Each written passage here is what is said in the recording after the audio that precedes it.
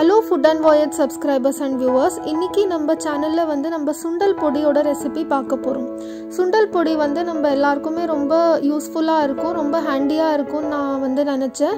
இப்போ நவராத்திரி வரதுனால இந்த ரெசிபியை வந்து உங்களோட ஷேர் பண்ணணும் அப்படின்னு நான் நினைச்சேன். இந்த ரெசிபியை நான் வந்து போட்டுட்டு இருக்கேன். ரொம்ப சிம்பிளான ரெசிபி, ரொம்ப யூஸ்ஃபுல்லா இருக்கும். கண்டிப்பா இந்த ரெசிபியை ஃபுல்லா பார்த்துட்டு உங்க ஃபீட்பேக் ஷேர் பண்ணுங்க. சுண்டல் பொடி பண்றதுக்காக நான் வந்து 1/2 கப் தனியா எடுத்துட்டு இருக்கேன், அதாவது மல்லி. அதுக்கப்புறமா அதே கப்பு அளவு நான் வந்து 1/4 கப் கடலைப்பருப்பு எடுத்து வச்சுட்டு இருக்கேன். அப்புறம் நமக்கு உரப்பு எவ்வளோ தேவையோ அந்த அளவுக்கு காஞ்ச நீட்ட மிளகா எடுத்து வச்சுட்டு இருக்கேன். இந்த 3 தான் வந்து நம்ம சுண்டல் பொடி பண்ணுறதுக்காக யூஸ் பண்ண போகிறோம். ஸோ இது வந்து நம்ம நிறையா பேருக்கு பண்ணுறது அப்படின்னா தனித்தனியாக நம்ம வறுத்துக்கலாம். சப்போஸ் நம்ம கம்மியான பேருக்கு, இப்போ நான்லாம் வந்து 2 பேருக்கு தான் பண்ண போகிறேன். ஸோ அதனால நான் வந்து எல்லாத்தையும் சேர்த்து வறுத்துக்க போகிறேன். ஆனால் நீங்கள் அதிகமான பேருக்கு பண்ணுறதா இருந்தீங்க அப்படின்னா எல்லா இன்க்ரீடியன்ஸும் தனித்தனியாக வறுக்கிறது பெட்டர். ஏன்னா நம்ம தனித்தனியாக வறுக்கிறப்போ தான் அது வந்து ஒழுங்காக எல்லாமே ரோஸ்ட் ஆகும். அதனால தான் வந்து அப்படி சொல்கிறது, தனித்தனியாக வறுத்துக்கிறது பெட்டர். ஸோ வாங்க இப்போ நம்ம ரெசிபிக்குள்ளே போகலாம். இப்போ நான் ஒரு இல்பச்சட்டி எடுத்துட்டு இருக்கேன். இதில் வந்து மீடியம் ஃப்ளேமில் தான் நான் வச்சுட்டு இருக்கேன். இதில் இப்போ நான் வந்து தனியாக போடுறேன், அதாவது மல்லி வந்து நான் போடுறேன். போட்டுட்டு இது கொஞ்சம் ஒரு 2 செகண்ட் நம்ம வந்து நல்லா வறுத்துட்டு அதுக்கப்புறமா கடலைப்பருப்பை ஆட் பண்ணுவோம். தனித்தனியாக நான் வந்து ஏன் இதை போட்டுட்ருக்கேன், ஒன்றா நான் வந்து ஏன் போடுறேன் அப்படின்னா, நம்ம வந்து இதை வறுக்கிறப்போ எல்லாமே ஒழுங்காக ஸ்ப்ரெட் ஆகணும். நல்லா கம்மியான குவான்டிட்டியில் பண்ணுறதுனால ஒழுங்காக ரோஸ்ட் ஆகணும். அப்படிங்கிறதுனால தான் நான் இந்த மாதிரி கொஞ்சம் ஒரு 2 செகண்ட்ஸ் கேப்பில் நான் வந்து எல்லா இன்க்ரீடியன்ஸும் போட்டுட்ருக்கேன். ஸோ இப்போ வந்து நம்ம கடலைப்பருப்பு போட்டுக்கலாம். இந்த கடலைப்பருப்பும் தனியாகவும் வந்து நல்லா பொன்னிறமாக நம்ம வறுத்துக்கணும். அப்போ தான் வந்து இந்த சுண்டல் பொடியோட ஃப்ளேவர் வந்து நல்லா வரும். அதனால இதை நல்லா வறுத்துக்கோங்க. இப்போ நான் வந்து காஞ்ச நீட்ட மிளகா போட்டுக்கிறேன். இது எல்லாத்தையும் சேர்த்து நல்லா வறுத்துக்கோங்க. இது வறுத்துன்றதுக்கு அப்புறமா நம்ம வந்து இதை ஒரு தாம்பாளத்தில் ஸ்ப்ரெட் பண்ணிட்டு ஆற வச்சுட்டு அதுக்கப்புறமா அரைச்சிக்கலாம். இந்த சுண்டல் பொடி வந்து நம்ம கறி பண்ணுறதுக்காக கூட யூஸ் பண்ணிக்கலாம். நம்ம வந்து நித்தியப்படி கறி பண்ணுவோம் இல்லையா நம்ம, ஸோ அந்த கறி பண்ணுறதுக்காக கூட நம்ம இந்த பொடியை வந்து யூஸ் பண்ணிக்கலாம்.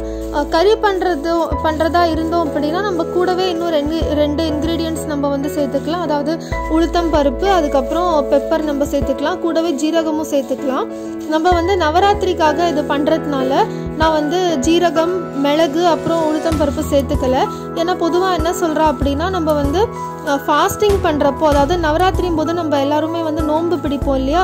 ஸோ ஃபாஸ்டிங் பண்ணுறப்போ நம்ம வயிறு வந்து காலியாக இருக்கிறப்போ நம்ம பெப்பர், ஜீரகம், உளுத்தம் பருப்பு இந்த மாதிரி ஐட்டம்ஸ்லாம் சாப்பிட்டோம் அப்படின்னா நம்ம வயிறு வந்து புண்ணாகிறதுக்கு வாய்ப்பு இருக்குது அப்படின்னு நான் வந்து ஒரு இடத்துல படித்தேன். அதனால தான் சுண்டல் பொடியில் வந்து நம்ம இதெல்லாம் ஆட் பண்ணுறது கிடையாது. ப்ளஸ் நம்ம வந்து இது எதோட வந்து இந்த பொடியை சேர்த்துக்க போகிறோம் அப்படின்னா ப்ரோட்டீன் உள்ள ஐட்டம்ஸோட தான் நம்ம வந்து இதை சேர்த்துக்க போகிறோம். அந்த சத்து வந்து இந்த உளுத்தம் பருப்பு, ஜீரகம், பெப்பர் இது 3த்துலேயும் இருக்கிற சத்து ஏற்கனவே நம்ம வந்து சுண்டல் சாப்பிட்றப்போ இந்த பருப்பு வகைகளில் இருக்குது. அதனால தான் வந்து நம்ம சேர்த்துக்கிறது கிடையாது. இருந்தாலும் உங்களுக்கு அதை சேர்த்துக்கணும் அப்படின்னா கம்மியான குவான்டிட்டியில் சேர்த்துக்கோங்க. பாருங்க, இதோட கலர் நல்லா மாறி இருக்கு. பாருங்க, நல்லா செவந்திருக்கு. ஸோ இந்த ஸ்டேஜில் வந்து நம்ம அடுப்பு ஆஃப் பண்ணிவிட்டு இதை இறக்கி தாம்பாளத்தில் வந்து ஸ்ப்ரெட் பண்ணி வச்சுடலாம். இது நல்லா ஆறுனதுக்கு அப்புறம் நம்ம அரைச்சிக்கலாம். இப்போ நான் வந்து ரெகுலர் கறி பண்ணுறதுக்காக துளியுண்டு உளுத்தம் பருப்பும் பெப்பரும் நான் வந்து அதோட சேர்த்துக்கிறேன். ஸோ என்னோட சுண்டல் பவுடரோட சேர்த்து நான் இந்த பொடியும் வந்து சேர்த்து கொஞ்சம் நம்மளோட கறி வதக்கிறப்போ நான் வந்து போட்டுப்பேன்.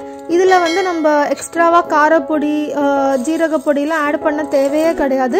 எல்லாமே இதுலேயே இருக்குது, எல்லா ஃப்ளேவர்ஸும் இதுலேயே இருக்குங்கிறதுனால நான் வந்து இதே வந்து யூஸ் பண்ணிப்பேன். நம்ம கறிக்காக நல்லா டேஸ்டியாக இருக்கும், சூப்பராக இருக்கும். நம்ம காய் வதக்கிறப்போ வெறும்னா இந்த மசாலா போட்டோம் அப்படின்னாலே போதும், ரொம்ப அருமையான டேஸ்ட்டாக இருக்கும்.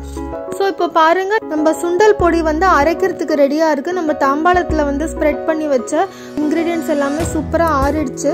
இப்போ நம்ம இதை வந்து மிக்சியில் போட்டு நல்லா அரைச்சிக்கலாம். கொஞ்சம் கூட வந்து கோர்ஸாக இல்லாமல் நல்லா பொடியாக அரைச்சிக்கோங்க. அதுதான் வந்து சுண்டலுக்கு சூப்பரான டேஸ்ட்டு கொடுக்கும். கொஞ்சம் கரடு முரடுன்னு இருந்தது அப்படின்னா அது வந்து சுண்டலுக்கு நல்ல டேஸ்ட் கொடுக்காது. ஸோ இது வந்து நல்லா சாஃப்டாக நல்லா பொடியாக அரைச்சிக்கோங்க. இது ரொம்ப முக்கியம். மிக்சி வந்து நல்லா ட்ரையாக இருக்கிற மாதிரி பார்த்துக்கோங்க. ட்ரையாக இருந்தது அப்படின்னா மட்டும்தான் நம்ம பொடியோட டெக்ஸ்டர் வந்து சூப்பராக வரும். கொஞ்சம் கூட ஈரப்பசை இல்லாமல் நல்லா தொடச்சி அதுக்கப்புறமா இதை வந்து அரைச்சிக்கோங்க. இங்கே பாருங்கள் நம்ம சுண்டல் பொடி வந்து இப்போ ரெடியாக இருக்குது. ஸோ நம்ம இதை வந்து நல்லா அரைச்சிட்டு நம்ம வந்து இதை நல்லா பொடியாக பண்ணி வச்சுட்டுருக்கோம். இதை வந்து ஒரு ஏர்டைட் டப்பாவில் போட்டு வச்சுக்கோங்க. இந்த சுண்டல் பொடியை வந்து உங்கள் சுண்டல் பண்ணுறதுக்காக நவராத்திரியோட எல்லா 9 நாளும் உபயோகப்படுத்துங்க. உங்கள் எல்லாருக்கும் இந்த ரெசிபி கண்டிப்பாக பிடிச்சிருக்கும்னு நான் நினைக்கிறேன்.